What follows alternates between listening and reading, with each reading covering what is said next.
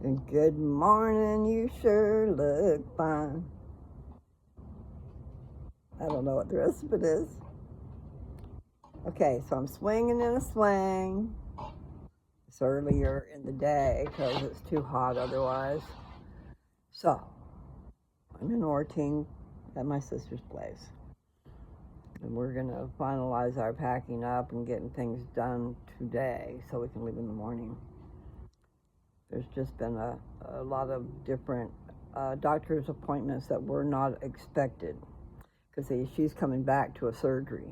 Nancy is.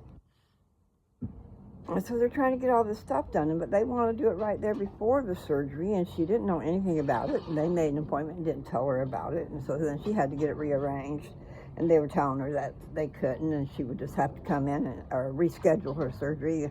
Well, the thing is, she can't reschedule her surgery because everything's been done in precision so that she can go back to work after recovery, and the recovery is going to be 6 weeks.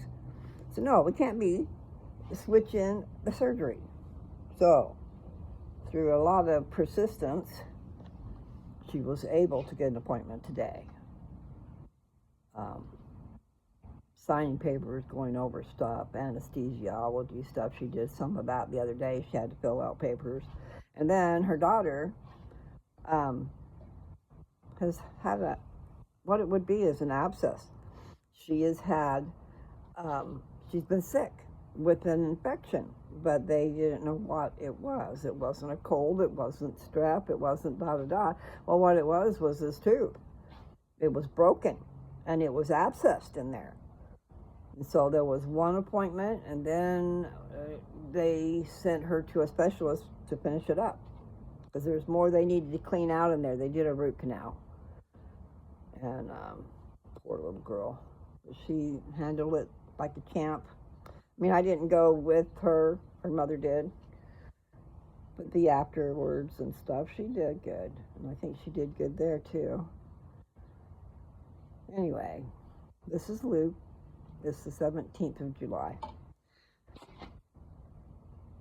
I would say that sounds like a very important date. And you know what? I'm going to have to verify it, but I think that's Mom and Dad's wedding date. July 17th. We'll have to look at that. Sounds about right. I mean, they got busy. I think I was born 10 months later. But anyway. And then they turned around and did it again. And I got a brother that's a year and a month younger than me. 13 months. Anyway, I gotta quit swinging. I figured I'd get out here and try to go for a walk, but I've been standing on my legs too long. So I'm giving them a break on this porch swing. And I'm gonna just go stay right here on this road. Because there is a tingling sensation in my legs. And I know part of it is from indulging. So, you indulge and it's going through your bloodstream and it has an effect. So I'm not sure if it's that, but it seems to be more prevalent when I have indulged.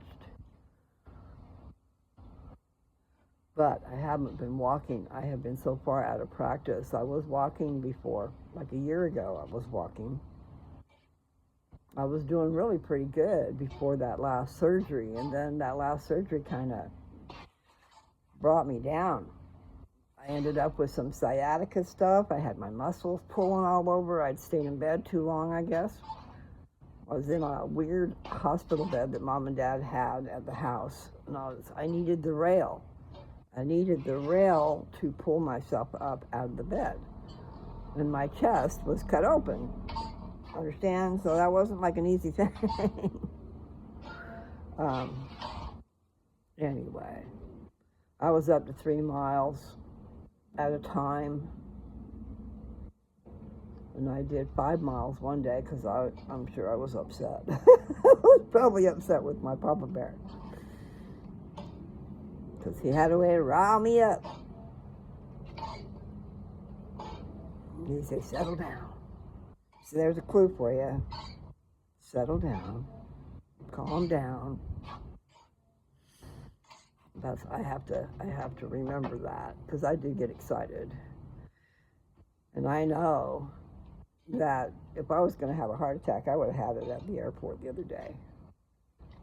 And then there's other emotional stress and strain that also affects stuff like that. You know, our heart is somehow, this is Mary Lou saying that, and right now, but our heart is somehow attached, really. You know, we say our heart from our deepest heart, but then you look in your body and you see that beating heart. And it's pumping the blood to your whole entire body, even the little minuscule things in your brain. So you guys that are out there pumping your lungs full of cigarette smoke.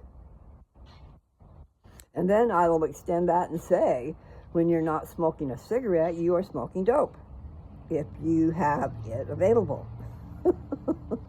That's why I used to be, I was like that. And we're talking, it was 30 years ago that I quit smoking. And I had been praying for help to quit smoking, but that's a dangerous thing to do, because I ended up with this really, really bad pneumonia. And I was on heavy doses of medicine for over 6 weeks. It put me down for the count. And that was 30 years ago.